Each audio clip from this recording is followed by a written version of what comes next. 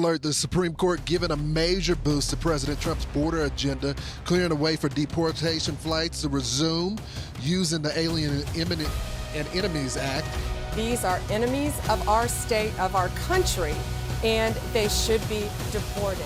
The Supreme Court has delivered a critical ruling that clears the way for the Trump administration to resume deportation flights under the Alien Enemies Act, striking a blow to federal judicial overreach and reinforcing executive authority over national security. At the center of the dispute was a D.C.-based district judge who attempted to block the flights, arguing procedural grounds, but the Supreme Court ruled that the case was brought in the wrong venue. The detentions occurred in Texas, and according to the court, that's where the legal challenges must be filed. This 5-4 decision is being framed as a significant victory for the rule of law and a direct challenge to liberal judicial activism.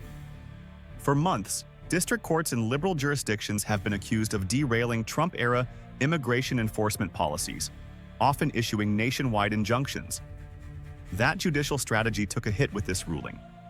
From now on, detainees can no longer court shop for sympathetic judges in distant jurisdictions. They'll need to file habeas corpus petitions in the jurisdictions where they're held. That's a significant shift that could expedite deportation hearings and reduce legal bottlenecks.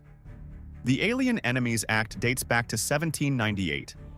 It grants the president broad authority to detain or deport individuals from hostile foreign nations during times of conflict. While rarely used, the statute remains on the books and has been reactivated in the context of modern terrorism and gang activity. The Trump administration argues that this power is necessary for national security, especially as it contends with individuals tied to transnational gangs like MS-13. One such individual is Kilmar Abrego Garcia, a Maryland resident deported under the act. The administration claims he has MS-13 ties, though he hasn't been charged with a crime. A temporary stay was granted by Chief Justice John Roberts while the full court reviews the specifics of that case. Still, the administration maintains that ICE agents gave sworn testimony about his gang affiliation. Attorney General Pam Bondi stressed that this decision is more than a procedural victory. She labeled the detainees as foreign terrorists and alien enemies and emphasized that liberal judges no longer have the ability to block the federal government from carrying out deportations intended to protect American citizens. According to Bondi, future immigration hearings will be held locally in Texas, allowing for faster processing, without the complexity of class action challenges. But the legal clash doesn't end with the Supreme Court. D.C. District Judge James Boasberg is still scheduled to hold a hearing, despite the High Court's ruling that stripped him of jurisdiction. Whether that hearing will carry any legal weight remains unclear, but the message from the Supreme Court is unambiguous. District judges do not have the authority to override federal immigration enforcement rooted in executive power. Bondi also confirmed that a Department of Justice attorney has been placed on administrative leave after appearing to argue against the government's own case.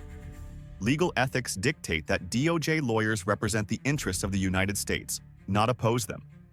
She reiterated that actions have consequences, and representing the federal government means adhering to its policy directives. Meanwhile, the administration has moved aggressively against the state of Maine over its refusal to comply with federal guidelines regarding gender in sports and correctional facilities. Maine now faces federal funding cuts, particularly targeting its Department of Corrections. A specific case cited by Bondi involves a biological male convicted of double homicide who was being housed in a women's prison. That policy, she said, is over. These developments highlight a broader effort by the Trump administration to reassert federal control over immigration, corrections, and education funding. The administration is leveraging legal victories to bypass progressive state policies and crack down on what it considers threats to public safety and traditional values.